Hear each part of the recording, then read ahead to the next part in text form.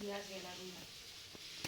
जगन्नाथ पिलाने आज आम सेक्शन 1 रो जो रीतिजुगीय कवि है से भितर आम दुईटी अर्जुन दास कथा पढ़ी आमती दुई जन नाम पढ़ी कि आज आम पढ़ा धनंजय भंजक कथा।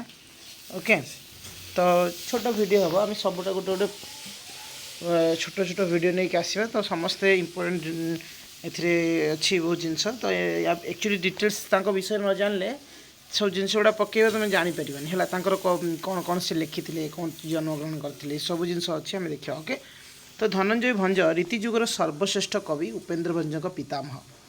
ओके तो उपेन्द्र भंजक पितामह किए ताने भल कि शुण कि धनंजय हूँ किए धनंजय भंज रीतिजुगर सर्वश्रेष्ठ कवि है आउ उपेन्द्र भंजक पितामह बुझे उपेन्द्र भंजक पितामह उपेन्द्र भंज सान तांको रीतिजुगर आलोचना काल रे सर्वप्रथम कवि भाव में ग्रहण करा है रीतिजुगर प्रथम कवि कहले चले से 1611 ख्रीष्टाब्द भूमिष्ठ होते 1636 ख्रीष्टाब्द 1701 ख्रीष्टाब्द पर्यंत दीर्घ 65 वर्ष घुमुसर राजसिंहासन अलंकृत करते एकाधिक राणी और विराट संतान थिले 12टी संतान थिले। द्वितीय राणी मंडा देवी परम रूपवती थिले और चतुरी मध्य थिले है ताने एकाधिक राणी माने एकाधिक माने एक्चुअली केते दे नाही जाऊ एकाधिक एक रु अधिक मे भी दुईटा कि तीन जहाँ भी हो ना तेणु राजा धनंजय तांकरी इंगित है राजा धनंजय तांकरी इंगित परिचालित होते बुझे किए द्वितीय राणी मंडा देवी मन रख और धनंजय वृद्ध बयस बहु वर्ष धरी शासन करुवा मंडा देवी पुत्र नीलकंठ क्रमे वृद्ध हो पड़ुले राजा हो पार नथिले निजर पुत्र को राजा रूपे देखेबार लालसा चरितार्थ करने मंडा देवी धनंजय को खाद्य विष प्रयोग कर हत्या करथिले मन रख तामने ता स्त्री हूँ आम धनंजय भंज को हत्या करते मन रहा तापर समकालीन ओडिशार घुमुसुर राजवंशर साहित्य संस्कृति क्षेत्र में नेतृत्व ग्रहण करते के से धनंजय घुमुसुर राजदरबार थिला काव्य साहित्य चर्चा अनुसरण एक प्रधान केन्द्र घुमुसुर दरबार मंडन करुवा पंडित माने केवल रसाल काव्य कविता रचना करुनथिले सेमानंक पृष्ठपोषक घुमुसुर भंजवंशीय राज माने मध्य रसिक पंडित थिले एवं छंद अलंकार मंडित उच्चकोटीर काव्य मान रचना करुथिले एई राजा मानक मध्य अग्रणी थिले धनंजय तेणु से इच्छावती मन रख फास्ट पॉइंट इच्छावती लेखिन खाली शॉर्ट नोट खाली एक नंबर ये धनंजय कौन कौन कृति सब लेखि नब इच्छावती अनंग रेखा त्रिपुर मोहिनी मदन मंजरी श्रीराम विलास यहाँ गोटे क्वेश्चन अच्छे अलरेडी मुझे देखुली है तो मुझे क्वेश्चन आसमी जो ये क्वेश्चन नहीं आसमी सब है तो श्रीराम विलास नामक 5 खंड उत्कृष्ट काव्य रचना करते तो ये सब काव्य करके लिखब है आगे काव्य लिखिदेव काव्य लाइन रे ये 5टा बहीर नाम लिखिदेव। ओके काव्यर नाम लिखिदेव एमध्य 4 खंड काल्पनिक काव्य और 6टी रामायण कथावस्तु अवलंबन लिखित पौराणिक काव्य शेषटा माने कौन श्रीराम विलास पिला माने लिखिदेव श्रीराम विलास साइड रे इन्वर्टेड कमा भितर ब्राकेट भितर लिख रामायण कथावस्तु आसी अच्छी पौराणिक काव्य तेणु ये सब व्यतीत अनेक 34 रचना करते जहाँ मध्य केली कल्पद्रुम 34 अन्यतम शालीहोत्र नामक अश्वशास्त्र ओडिशा पद्यानुवाद उद्देश्य करते है तो आम देखा कौन कौन से काव्य रचना करते किस देखा कौन क्या लिखते ना इच्छावती काव्यटी 10टी छांदर समाहार मन रख युवा आसो युवा हूँ इम्पोर्टाट एत भितर जिन तुम पढ़ न तुम कह सार युवा कौन हम कि भूल कथा यही सब समस्त भितर देखते हो युवा तो निहती 5-6टा 10टा 12टा क्वेश्चन तुम पाइब कहीं टोटाल तुम 150 मार्क टोटाल 30 मार्क पर तुम आउ सबू जिते रहा आउ 120 मार्क टोटाल पर माने तुम टपिक उपर आसो तेणु से टपिक सब कौटू आण सब्जेक्ट भितर पकेब तेणु केतटा छांद छंद ये सब जिन तुमको जानवर अच्छे है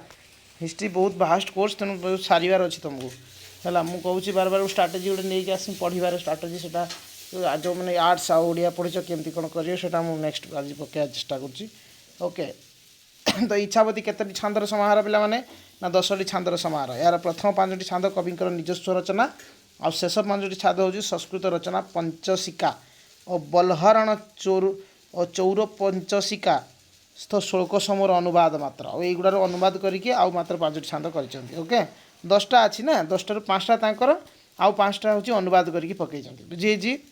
ତେଣୁ ଏହାର ସଂକ୍ଷିପ୍ତ ବିଷୟବସ୍ତୁ ହେଉଛି କ'ଣ ଯଦି ଆମେ ବିଷୟବସ୍ତୁ ଉପରେ ଜାଣିବା ଯେ ଇନ୍ଦ୍ରାବତୀ କ'ଣ ଉପରେ ଲେଖା ହେଇଛି ନା ଇନ୍ଦ୍ରସଭାର ଶାପଗ୍ରସ୍ତ ଗନ୍ଧର୍ବ ମନେ ରଖ ଇନ୍ଦ୍ରସଭା ତୁମେ ଜାଣିଛ ଇନ୍ଦ୍ର କେଉଁଠି ଅଛନ୍ତି ଓ ଉପରେ ଅଛନ୍ତି ହେଲା ମର୍ତ୍ତ୍ୟମଣ୍ଡଳରେ ନା କ'ଣ ସେଇଟା ହେଉଛି ମର୍ତ୍ତ୍ୟରେ ଅଛନ୍ତି। ତେଣୁ ଇନ୍ଦ୍ରସଭାର ଶାପଗ୍ରସ୍ତ ଗନ୍ଧର୍ବ କଳାକାନ୍ତ ଆଉ ଅପ୍ସରୀ କଳାବତୀ ସେଠି ସବୁ ଅପ୍ସରୀ ମାନେ ଅଛନ୍ତି ପିଲାମାନେ ହେଲା। ତେଣୁ ଆମ ସିଆଡ଼କୁ ତ ଯାଇ ହେବ ନାହିଁ ତେଣୁ ସେଠି ଆମେ ଦେଖିବା ଅପ୍ସରୀ କଳାବତୀ ମର୍ତ୍ତ୍ୟରେ ମଧୁକର ଓ ଇଚ୍ଛବତୀ ନାମରେ 2ଟି ରାଜ ପରିବାରରେ ଜନ୍ମଗ୍ରହଣ କରିଛନ୍ତି ବୁଝିହେଲା। ତାହେଲେ କେଉଁମାନେ ଜନ୍ମଗ୍ରହଣ କରିଛନ୍ତି ନା କଳାକାନ୍ତ ଆଉ ଅପ୍ସରୀ କଳାବତୀ ହେଲା। ତ ବିଦ୍ୟାଧ୍ୟୟନ କାଳରେ ସେମାନଙ୍କ ମଧ୍ୟରେ ପ୍ରଣୟ ଜାତ ହୋଇଛି ଓ ସେମାନେ ପ୍ରତିପତ୍ନୀ ହେବା ପାଇଁ ପ୍ରତିଜ୍ଞା କରିଛନ୍ତି। ଇଚ୍ଛାବତୀ ସ୍ତ୍ରୀତ୍ୱ ପ୍ରାପ୍ତ ହେବା ପରେ ବିଦ୍ୟାଧ୍ୟୟନ ନିମନ୍ତେ ଚାଟଶାଳୀକୁ ଆଉ ଆସିନାହାନ୍ତି ଓ ମଧୁକର ବହୁ ଚେଷ୍ଟା କରି ଗୁପ୍ତରେ ତା ସହିତ ଅନ୍ତଃପୁରର ପ୍ରେମାଳାପ କରିଛି। ଶେଷରେ ସେ ଧରାପଡ଼ିଛି ଓ ଇଚ୍ଛାବତୀ ପିତାଙ୍କ ଦ୍ୱାରା ମୃତ୍ୟୁଦଣ୍ଡରେ ଦଣ୍ଡିତ ହୋଇଛି। ତ ନାରଦ ସେଠାରେ ଉପସ୍ଥିତ ହୋଇ ନାୟକ ନାୟିକା ପୂର୍ବଜନ୍ମ ବୃତ୍ତାନ୍ତ ବର୍ଣ୍ଣନା କରିଛନ୍ତି। ଫଳରେ ମଧୁକର ରକ୍ଷା ପାଇଛି ଓ ଇଚ୍ଛାବତୀ ସହିତ ତା'ର ବିବାହ ମଧ୍ୟ ହୋଇଛି ବୁଝିହେଲା ଏଥର। ତାପରେ କାବ୍ୟଟି ଶୃଙ୍ଗାର ରସାତ୍ମକ। ତ ଏଇ ଯେଉଁ କାବ୍ୟଟି କେଉଁ ଟାଇପ୍ର ନା ଇଏ ଶୃଙ୍ଗାର ରସାତ୍ମକ ଆମ ପଢ଼ିଛେ ସବୁ ଶୃଙ୍ଗାର ବିଭାବନା ଏସବୁ ଜିନିଷ ପଢ଼ିଛୁ ସେସବୁକୁ ରସ କାବ୍ୟରେ ଆମର କ'ଣ କ'ଣ ଥାଏ ପିଲାମାନେ ନା ରସ ଗୁଣ ରୀତି ଆଉ ବକୃତି ହେଲା ଔଚିତ୍ୟ ଧ୍ୱନି ଏସବୁ ଜିନିଷ ଅଳଙ୍କାର। ତ ଏସବୁ ନହେଲେ ପିଲାମାନେ କାବ୍ୟଟି ଚିତ୍ତାକର୍ଷକ ହେବନି ରମଣୀୟ ହେବନି ହେଲା। ତେଣୁ ସେଥିପାଇଁ ଏଠି ସେ କହିଛି କ'ଣ ଶୃଙ୍ଗାର ରସର ଏଟା କରାହେଇଛି ହେଲା। ଶୃଙ୍ଗାର ରସର ଏଟା ଅଛି ଶୃଙ୍ଗାର ଏଇ ଯେଉଁ କାବ୍ୟଟି କ୍ୱେଶ୍ଚନ୍ ଆସିବ ପିଲାମାନେ 100% ମନେ ରଖ। ଇଚ୍ଛାବତୀ କେଉଁ ରସରେ କାବ୍ୟଟି କେଉଁ ରସରେ ରସାତ୍ମକ ହେଇକି ଅଛି ନା ଶୃଙ୍ଗାର ରସ ମନେ ରଖ। ଶୃଙ୍ଗାର ରସର ପରିବେଶିତ ଶ୍ଳୋକ ଗୁଡ଼ିକର ମର୍ମାନୁବାଦ କରିବାର କବି ଅପୂର୍ବ ସଫଳତା ହାସଲ କରିଛନ୍ତି। ତ 16ଶହ ଶତାବ୍ଦୀର ଶେଷ ଭାଗରେ କବି ବନମାଳୀ ଦାସଙ୍କ ଚାଟ ଇଚ୍ଛାବତୀ ତ ବିଷୟବସ୍ତୁ ସହିତ ଆଲୋଚ୍ୟ କାବ୍ୟର ବିଷୟବସ୍ତୁ ପ୍ରାୟତଃ ସମାନ ହେଲା। ତ ଏଇଭଳିଆ ଯେଉଁ ଇଚ୍ଛାବତୀକୁ ନେଇକି ସେଇ ସମାନ ଜିନିଷ ଗୋଟେ ଲେଖିଛନ୍ତି ବନମାଳୀ ଦାସ ଚାଟ ଇଚ୍ଛାବତୀ ହେଲା।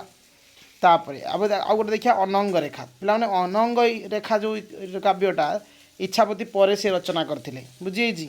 ତେଣୁ କାରଣ ଏହାର 1700 ଛାନ୍ଦଟିକୁ ଇଚ୍ଛାବତୀ ବାଣୀରେ ଆବୃତ୍ତି କରାଯିବାର ନିର୍ଦ୍ଦେଶ ରହିଛି। ତେଣୁ 25ଟି ଛାନ୍ଦରେ ଏହାର କଳେବର ପୃଷ୍ଠ। ଇନ୍ଦ୍ରଙ୍କ ରାଜସଭାର ଅପ୍ସରା ମଦଳାସା ଇନ୍ଦ୍ରଙ୍କ ପୁତ୍ର ପୁଷ୍ପଦନ୍ତ ଗନ୍ଧର୍ବର ରୂପରେ ମୁଗ୍ଧ ହୋଇ ନୃତ୍ୟ ସମୟରେ ଭାରସାମ୍ୟ ରକ୍ଷା କରିପାରି ନାହିଁ ହେଲା। ଫଳରେ ଇନ୍ଦ୍ରଙ୍କ ଅଭିଶାପରୁ ମର୍ତ୍ତ୍ୟରେ ଜନ୍ମଗ୍ରହଣ କରିଛି ହେଲା। ଫଳରେ ଇନ୍ଦ୍ରଙ୍କ ଅଭିଶାପରୁ ମର୍ତ୍ତ୍ୟରେ ଜନ୍ମଗ୍ରହଣ କରିଛି। କର୍ଣ୍ଣାଟ ଦେଶର ହେଲା ରାଜକନ୍ୟା ଅନଙ୍ଗରେଖା ଭାବରେ ହେଲା। ସମୟକ୍ରମେ ଅନଙ୍ଗରେଖା ଯୌବନର ପଦାର୍ପଣ କରିଛି ଓ ଅନଙ୍ଗରେଖାର ପିତା ସ୍ୱୟଂବର ସଭାର ଆୟୋଜନ କରିଛି। ଏଣୁ ଇନ୍ଦ୍ରପୁତ୍ର ପୁଷ୍ପଦନ୍ତ ନିଜର ପ୍ରେମିକାକୁ ମର୍ତ୍ତ୍ୟରୁ ମର୍ତ୍ତ୍ୟରୁ ଉଦ୍ଧାର କରିବା ଉଦ୍ଦେଶ୍ୟରେ ତାଙ୍କୁ ବିବାହ କରିବା ପାଇଁ ଇଚ୍ଛା ମଧ୍ୟ କରିଛି ଓ ଗୁପ୍ତରେ ତା ନିକଟକୁ ବାର୍ତ୍ତା ପଠାଇଛି। ଏଇଟା ସବୁ ପୁରା ଲଭ୍ ଷ୍ଟୋରି କରିଦେଇଛନ୍ତି ହେଲା କେଉଁଟା ଅନଙ୍ଗରେଖା। ତେଣୁ ମାତ୍ର ଅନଙ୍ଗରେଖା କୁସୁମକେତୁ ବ୍ୟତୀତ ଅନ୍ୟ କାହାକୁ ବରଣ କରିବ ନାହିଁ ବୋଲି ସିଦ୍ଧାନ୍ତରେ ଶୁଣାଇ ଦେଇଛି। ତ ଏହାଦ୍ୱାରା ପୁଷ୍ପଦନ୍ତ କ୍ରୁଦ୍ଧ ହୋଇ ଚାରିମେଘକୁ ନିର୍ଦ୍ଦେଶ ଦେଇଛି ସ୍ୱୟଂବର ସଭାକୁ ଭଣ୍ଡୁର କରିବା ପାଇଁ। ପ୍ରବଳ ବର୍ଷା ବତାସ ହେବା ଫଳରେ ନିମନ୍ତ୍ରିତ ରାଜନ୍ୟବର୍ଗ ସ୍ୱୟଂବର ସଭା ତ୍ୟାଗ କରି ପଳାୟନ କରିଛନ୍ତି। ପରେ କାଶୀନଗର ହେଲା ରାଜକୁମାର କୁସୁମକେତୁ ସହିତ ଅନଙ୍ଗରେଖାର ବିବାହ ମଧ୍ୟ ହୋଇଛି। ପୁଷ୍ପଦନ୍ତ ଈର୍ଷାନ୍ୱିତ ହୋଇ ମୋହାସ୍ତ୍ର ପ୍ରୟୋଗ କରି କୁସୁମକେତୁ ନେଇଯାଇଛି ସୁନ୍ଦର ରତ୍ନକୂଟ ପର୍ବତକୁ। କୁସୁମକେତୁ ନାରଦଙ୍କ ଦୟାରୁ ନିଜ ରାଜ୍ୟକୁ ଫେରି ପାଇଛି। ତ ମାତ୍ର ଅନଙ୍ଗରେଖାର ସନ୍ଧାନ ଏତ ପର୍ଯ୍ୟନ୍ତ ମିଳିନାହିଁ ଓ ପୁନଶ୍ଚ ନାରଦଙ୍କ ସହାୟତା ଲାଭ କରି ସେ ସ୍ୱର୍ଗକୁ ଯାଇ ଇନ୍ଦ୍ରଙ୍କ ଅପ୍ସରା ମେଳରେ ମାଦଳ ସ୍ୱରୂପୀ ଅନଙ୍ଗରେଖାକୁ ଦେଖିଛି। କୁସୁମକେତୁ ବୀଣାବାଦନ କରି ଇନ୍ଦ୍ରକୁ ସନ୍ତୁଷ୍ଟ କରିପାରିଛି। ଫଳସ୍ୱରୂପ ମାଦଳାସକୁ ଲାଭ ସେ କରିଛି ହେଲା। ତ ଏଇ ଯେଉଁ କାବ୍ୟର ଆରମ୍ଭରେ ପ୍ରତ୍ୟେକ ଛାନ୍ଦ ଶେଷରେ କବି ନୀଳାଚଳାଧିପତି ଶ୍ରୀ ଜଗନ୍ନାଥଙ୍କ ବନ୍ଦନା ଗାନ କରିଛନ୍ତି। ଇଏ ଗୋଟେ ଇମ୍ପୋର୍ଟାଣ୍ଟ ମନେ ରଖ। ଏହି କାବ୍ୟଟି ପିଲାମାନେ ଇଏ ବି ଶୃଙ୍ଗାର ରସର ପ୍ରଧାନ। ତ ଏଥିରେ ରସବ୍ୟଞ୍ଜନ ଲଳିତ କୋମଳ ଓ କ'ଣ ପଦାବଳୀ ପ୍ରୟୋଗ କରିବା ସଙ୍ଗେ ସଙ୍ଗେ କବି ଏହାକୁ ଶବ୍ଦାଳଙ୍କାର ଦ୍ୱାରା ମଣ୍ଡିତ କରିଛନ୍ତି ହେଲା। କେଉଁ ଅଳଙ୍କାର ଏଠି ଭରି ରହିଛି शब्द अलंकार अनंग रेखार येटा को है। तो प्रकृति वर्णन कवि पांडित्य वर्णना चातुरी स्पष्ट परिचय मिले है। तो पिला माने श्रीराम विलास आ गोटे जो रामायण कथा मुझे पौराणिक काव्य से गोटे लिखिते। तेणु यहाँ देखा ना श्रीराम विलास कविंकर अन्य एक श्रेष्ठ कृति मर्यादा पुरुष रामचंद्र चरित को उपजीव्य कर यह रचित प्रकृति वर्णन कवित्वर परिप्रकाश घटी। वैदेहीश विलास रचना करने यही काव्य कवि सम्राट उपेन्द्र भंज को बहुबार प्रभावित करथिला है। तेणु यही जो काव्य है कौन वैदेहीश विलास माने कौन तो रामंकर जो माने लीला है।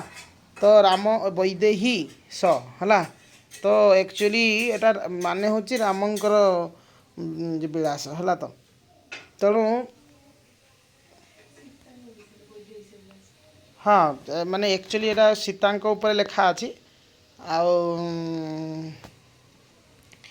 तेणु वैदेहीश विलास। तेणु पिला माने ये भी सही माने सही रामायण उपर जो लिखा अच्छी आम या देखा एक्चुअली है या टोटाल डिटेल्स देखा ये वैदेहीश विलास उपर ए बहुत जिन आसो है। तो कवि सम्राट उपेन्द्र भंज एटा लिखिं यहाँ एक्चुअली इच्छा है कौन पाई ना ये जो श्रीराम विलास जो लिखाई से ये भी भाविले ना मुझे गोटे लिखी है। तेणु वैदेहीश विलास से लिखते आ कविंकर केली कल्पद्रुम चौतीसा आम से देखुँ ये राधाकृष्ण प्रेम नीला वर्णित अच्छे है। मुझे सबू काव्य पाखर टे लिखिदेव कौन उपर आसी क्वेश्चन आसो जे जदि आम धनंजय भंज कथा कहूचे धनंजय भंज जो केली कल्पद्रुम चौतीसा है कहा उपर वर्णित है। तेणु यहाँ हूँ कन्फ्यूज हो तेणु यहाँ मन रख राधाकृष्ण प्रेम लीला लिखिं। तो कवि वर्ण चातुरी कल्पना विलास अलंकार छटा इत्यादि मंडित ये रचनाटी अपूर्व काव्य सौंदर्यर अधिकारी। तेणु धनंजय चौपदी भूषण रचयिता है। तो ये क ठार क्ष पर्यंत 34 टी गीत रही है। चौपदी भूषण कहार ना धनंजय भंजकर है। तेणु उपेन्द्र भंज चौपदी भूषण है और धनंजय अनुकरण रचित बोली मन हुए है। माने धनंजय अनुकरण रे उपेन्द्र भंज चौपदी भूषण रचना से कर बुझीगला। देख लिखा धनंजय चौपदी भूषण रचयिता है। तेणु जहाँ भी हो ये थिला छोट येटा प्राय तो पाखापाखि ओवरऑल हो डिटेल्स तो या भीतर जाई हेबनी कहीं विराट जिनस सब है। इच्छापति उपर जब आलोचना कर गोटे बही है काव्य आउ अनंग रेखा है आउ कौन श्रीराम विलास आउ के केली कल्पद्रुम चौतीसा ये सब बहुत बड़ बड़ ये। तेणु से तो जस्ट जी आसे से निहाती आसो है गोटे निहाती पाइब क्वेश्चन ओके सब ए गोटे गोटे निहाती पाइब। तो मुझे कहूँ सबू कवि क्वेश्चन आसो तो मैंने पूरा रेडी हो पढ़ है। तो ठीक अच्छे पे निहाती वीडियो को लाइक करके जीव ओके एंड सब्सक्राइब आउ शेयर मध्य कर पे तुम्हें लाइक आदु करन सत्य कथा। थैंक यू जय जगन्नाथ।